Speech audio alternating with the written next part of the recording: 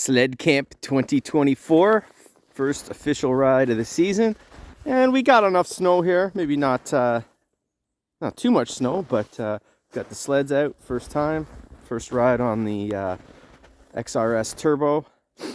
Breaking the motor in. Seems quite peppy. Not insane peppy, but very peppy.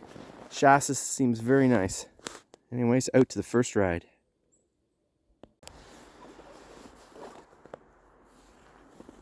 First ride out on the sled, and we have about I guess 200k now on the sled. Not very much, it's still in engine break-in mode, but it's a great machine, that's for sure.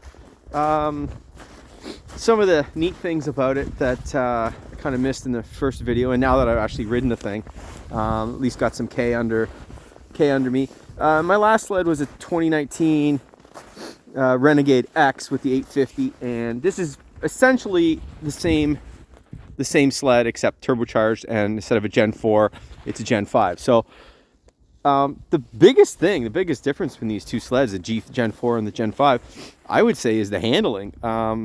Let's say the Gen 4 was at 80% kind of handling. This one's at 100. The rear R-Motion X is really good. It just absorbs the bumps great. Vastly better than the Gen 4 R-Motion. I'm not sure what they did in the geometry, but it's significant to the point where, I mean, it just eats moguls up. And the front suspension as well, I would say, is definitely better than the Gen 4. So I didn't think that would be possible, but yeah, they've really got it very tight and very well handling.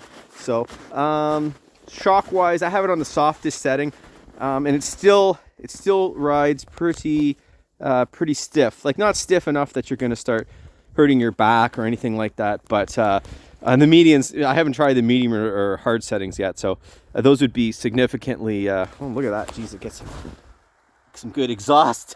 There you go, some exhaust fumes coming out of that. Yeah, so I would say the suspension on the soft setting is for trail riding super great. I don't know what you'd use the hard setting for. I don't know if you're going to be doing like jumps or something. I mean, I do get air with this sometimes, but you're not landing crazy jumps. Some nice things from the G4 to G5 that this thing has that I like for riding. The adjustable brake handle, so you can actually turn this little knob here and adjust the distance. So if you ever want to keep your thumb on it, or you know, to just hit it a little bit, you can do that, and you can adjust the actual play back and forth, which is really nice. The gauge cluster, I actually like the gauge. I don't have my phone hooked up because I'm using it to record, but basically half the screen where it says this BRP stuff here, that's your whole map system. So you could have it has the OFSC maps, it has Quebec maps, has Michigan maps, has New York maps, has all the maps on there. Right, just like right from your phone, right? It casts it right here, and you could push the like the button to center, zoom out, zoom in. So it's super handy. It's also a touch screen too. You can change the center console to turbo boost. You can have voltage. You can have it off. You could have belt temperature, which is really cool. Only problem is, in the past I had no idea how hot belts were getting, but I guess now I do. But so yeah, that's really nice. The suspension is very compliant, and it really is better than the Gen 4 suspension. The brakes, it's got dual pot Brembos now, which are really nice. Methanol use, so I went about 150k, though I'm breaking the motor in, so it's used up, I don't know how much, maybe a tenth of it methanol wise. So it's, I didn't know how much methanol it would be, water methanol it would use, so it's not using that much, but I'm really not leaning on it that hard. I am giving it, you know, I've given it like full out, you know, to break the motor in, but not keeping it there for any sustained period. Power wise, I don't know if it's still in the break-in mode.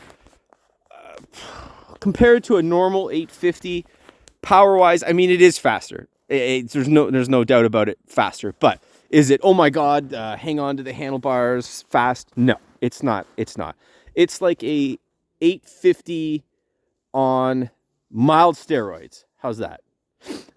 Previous to the Gen 4 Renegade X that I currently have, I had a 2013 Arctic Cat F1100 Turbo that I had all pimped out up to 260 horse with all the clutches done and all that kind of crazy stuff. Now that sled, hands down, was an oh my god, this thing is too fast sled. It's just like you can't put the power down, but it also handled like a big wallowing turd on the trails. So there's that. This is a very, very refined sport sled for the trail. Like it really, really is. Fantastic chassis over the Gen 4. And I really like the Gen 4. That up to this point was my favorite sled. So power-wise, I don't know. Is it worth the extra money? I mean, these sleds are getting very expensive now. Maybe just the normal XRS with the 850. But time will tell in that aspect. I mean, once it gets out of engine break-in mode, whether, you know, I guess, I don't know. It's only 20 horsepower, so, but it is faster. Significantly faster? No, I don't think it's significantly faster. I mean, the initial reviews I saw from some of the magazines or whatever, oh, you gotta hang on to it. No, sorry. You can roost off hills a lot easier with it. You know, are you pulling wheelies going down the straight with it? No. It's just, it's like it's an 850 on mild steroids. Basically that's like the power level. It's super, super fun sled, super tight handling, super tight suspension.